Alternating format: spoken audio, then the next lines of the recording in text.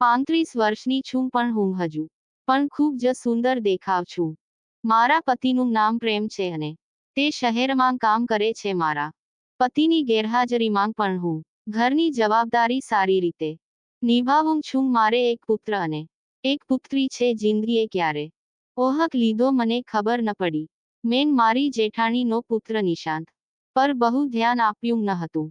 જ્યારે તે આવતો ત્યારે મને ધ્યાનથી જોઈ રહેતો. મને ખબર ન હતી કે નિશાંતના મનમાં શું હતું. એક દિવસ બપોરે તે મારા ઘરે આવ્યો અને ખાટલા પર બેસીને અહીં તહીંની વાતો કરવા લાગ્યો. અચાનક તે મારી પાસે આવ્યો અને કહ્યું, કાકી તમે જાણો છો કે તમે કેટલા સુંદર છો? આ સાંભળીને હું પહેલા હસી પડી અને પછી બોલી, તમે સારી મજાક કરો છો ના કાકી? આ કોઈ મજાક નથી.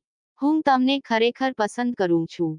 હું તમને દિલથી ચાહું છું. તેથી જ હું તમારા ઘરે આવું છું. તેણે હસીને કહ્યું. નિશાંતની વાત સાંભળીને હું ચોંકી ગઈ. મેં કહ્યું, તું શું બોલે છે? તારો શું મતલબ છે? તેણે કહ્યું, કાકી તમે બેસો અને મને કહો કે કાકા ક્યારે આવશે? તેને ત્યાંથી ક્યારે રજા મળશે? તને બધું જ ખબર છે, છતાં પણ તું પૂછે છે? મેં થોડી ધીરજ રાખીને કહ્યું, થોડીવાર પછી તે કહેવા લાગ્યો, મને તમારા માટે દુઃખ થાય છે પણ કાકી કાકા તમારી પાસે કેમ નથી આવતા? જો તે ચિંતિત હોત તો તે આટલા દિવસો પછી ઘરે ન આવ્યા હોત. તે ગામમાં જ કંઈ કામ કરી શક્યા હોત. આટલું કહીને નિશાંતે મારી દુખતી નસ પર હાથ મૂક્યો તેવું મને લાગ્યું. આ પછી તે મારી નજીક આવ્યો અને મારો હાથ પકડીને કહ્યું, હવે ચિંતા ન કરો, બધું સારું થઈ જશે. આટલું કહી નિશાંત તો ચાલ્યો ગયો.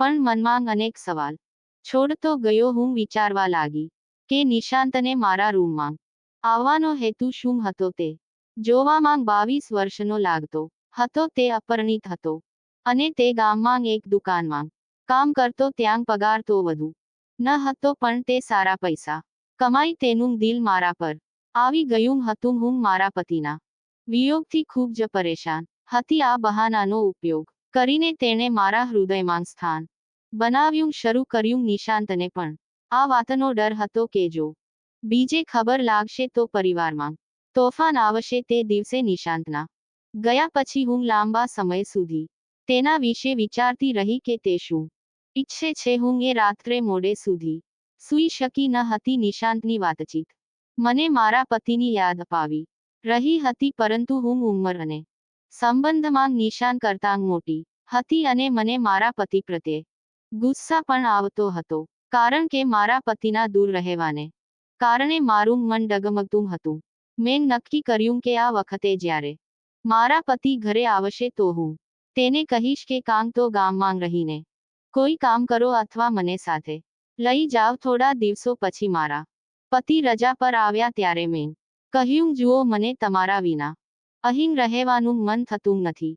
કાં તો તમે અહીં કામ કરો અથવા હું મારા બાળકોને લઈને શહેરમાં આવી જાઉં. હું તમારી સાથે રહીશ. મારી વાત સાંભળીને તેણે કહ્યું, મને લાગે છે કે તું પાગલ થઈ ગઈ છે. તારી ઉંમર જો બાળકો મોટા થઈ રહ્યા છે અને તું રોમાંચ કરવાનું વિચારી રહી છો. હું 2 દિવસ તેની સાથે ઘરે જ રહી. ત્યાં સુધી હું ખૂબ જ ખુશ હતી, પણ મારા પતિના ગયા પછી મારા શરીરની ભૂખ ફરી વધવા લાગી. હું ઉદાસ થઈ ગઈ.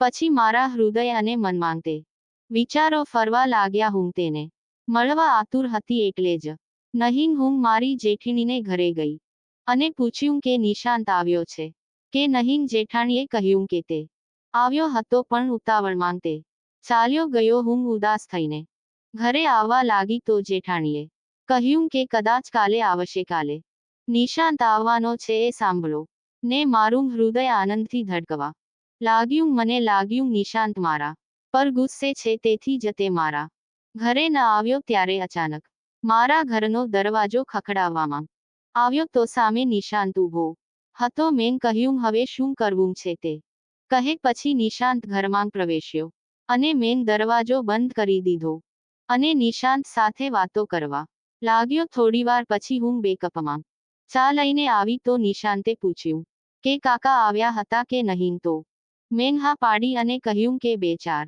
દિવસ રોકાયા પછી તે નહીં ગયા.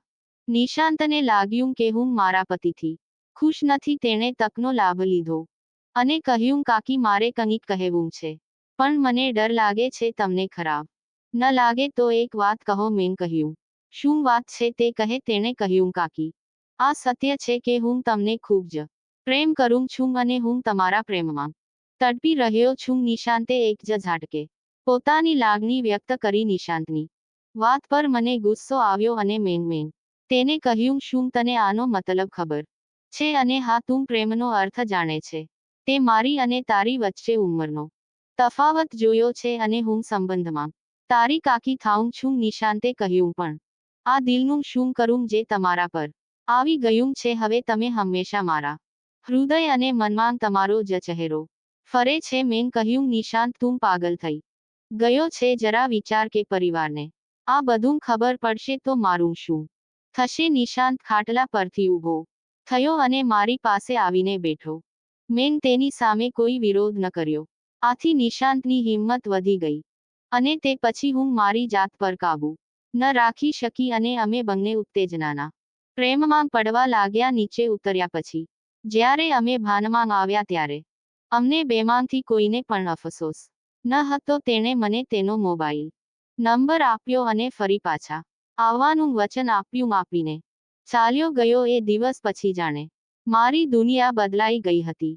પણ ક્યારેક હું પણ વિચારતી હતી કે આ રહસ્ય ખુલી જશે તો શું થશે. હવે નિશાંત આવવા જવા લાગ્યો. આ દરમિયાન એક દિવસ પ્રેમ અચાનક ઘરે આવ્યો. તેની તબિયત ખરાબ હતી, પરંતુ તે ઘરે આરામથી ન રહ્યો. હું ડરી ગઈ હતી. તેથી નિશાંત મારા પતિની હાજરીમાં ન આવે. મેં નિશાંતને ફોન કર્યો અને તેને બધું કહ્યું. એક અઠવાડિયા પછી પ્રેમ ઘરેથી ચાલ્યો ગયો, પણ મારા મનમાં ડર હતો કે પાડોશીઓ મારા અને નિશાંતના આવવા જવાથી અજાણ હતા. છેવટે એક દિવસ પાડોશીએ મને કહ્યું કે એક યુવાન છોકરાનું આ રીતે આવવું અને જવું યોગ્ય નથી.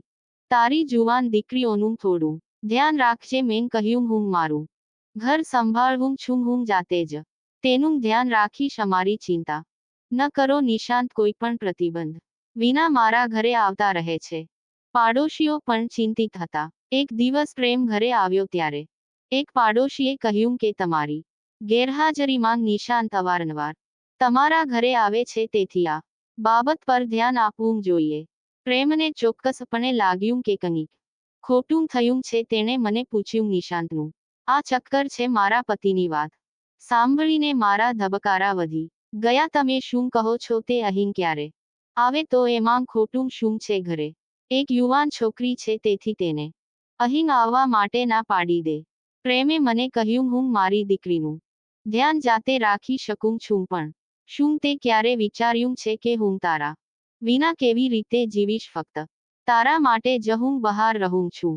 કલ્પના કર કે તારા વિના મને ત્યાં સારું લાગતું હશે. પાડોશીએ મારા અને નિશાન વિશે જે સમાચાર આપ્યા તેના કારણે પ્રેમે મને જે કહ્યું તે માનવા લાગ્યો. તે 2-4 દિવસ રોકાઈને તેના કામ માટે શહેરમાં ચાલ્યો ગયો, પણ આ વખતે તેને કામમાં રસ લાગતો ન હતો. તેને લાગ્યું કે તેના પરિવારનો પાયો હચમચી રહ્યો છે. એક દિવસ તેણે અચાનક રજા લીધી અને મને કહ્યા વગર ઘરે આવી ગયો. જ્યારે તે ઘરમાં પ્રવેશ્યો ત્યારે તેણે રૂમનો દરવાજો ખોલ્યો હતો. તેણે ઘરમાં કોઈ બાળક દેખાયું ન હતું. નિશાંત અને હું સાથે હતા અને ગુસ્સામાં પ્રેમે લાકડી ઉપાડી અને મને ખરાબ રીતે માર્યો અને નિશાંત ભાગી ગયો. અને બીજે દિવસે જે કાંઈ બન્યું તે જાણવા માટે વિડીયોને લાઈક અને ચેનલને સબસ્ક્રાઇબ જરૂર કરજો. આવતી કાલે ફરી જુઓ આ વાર્તાની આગળનો ભાગ. વિડીયો પૂરો જોવા બદલ તમારો ખૂબ ખૂબ ધન્યવાદ.